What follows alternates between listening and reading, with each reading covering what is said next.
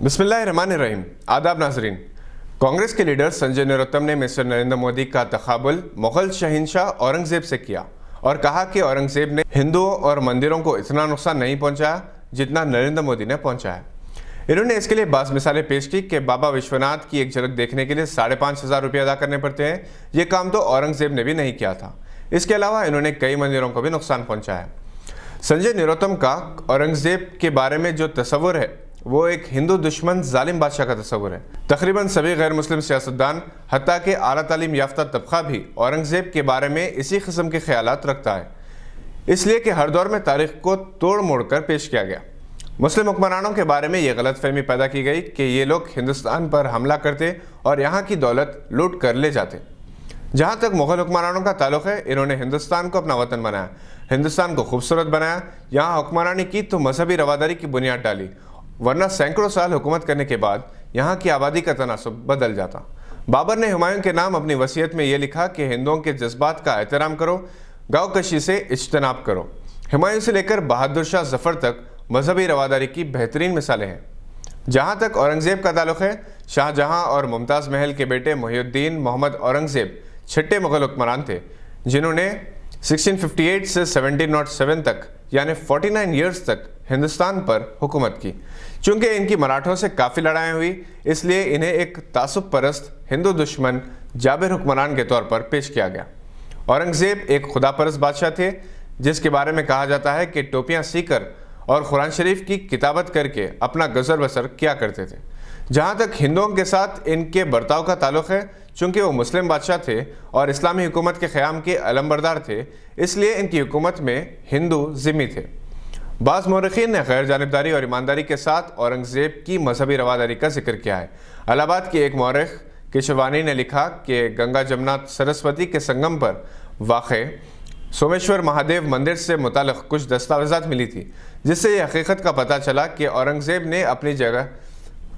ने अपनी जंगी मुहिम के दौरान इस मंदिर के करीब कुछ वक्त गुजारा था। इस दौरान न सिर्फ इस मंदिर का मुआयना किया गया, बल्कि इन्होंने इसे माली इमदाद भी फराहम की और इसके अखराजात की तकमील के लिए अराजी भी अलॉट की थी।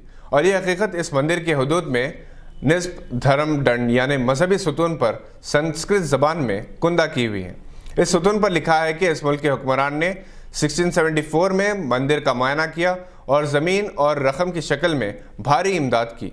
साबिक़ गवर्नर विशंबरनाथ पांडे ने 27 जुलाई 1977 को राज्यसभा में तकरीर करते हुए इत्तला दी कि जब वो इलाहाबाद नगर पालिका के मेयर थे, तब इन्हें सोमेश्वरम मंदिर से मुताल्लिक़ दस्तावेज़ात मिली थी।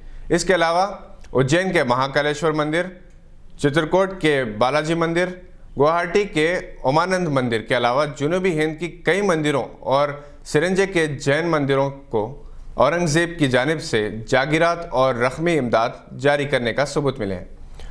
औरंगज़ेब ने हिंदुओं की मजहबी रसूमात में दखल अंदाजी नहीं की। इन्होंने 1654 में मेवाड़ के राजपूत हुक्मरान राणा राज सिंह को अपने शाही फरमान में लिखा कि अजीम हुक्मरान खुदा का साया होते हैं और वो इंसाफ के रखवाले होते हैं, लिहाजा रियाया को मजहबी आज़ादी के साथ अमन और खुशहाली के साथ रहने का मौका दिया जाना चाहिए।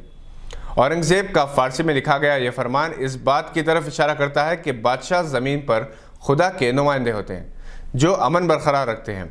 1659 में औरंगज़ेब ने बनारस में तैनात मुग़ल अहदेदारों के नाम फरमान जारी किया, जिसमें उन्होंने लिखा कि मुकामी मंदिरों के मामलात में किसी भी किस्म की दखल अंदाजी हो रही है तो रोक दी जाए।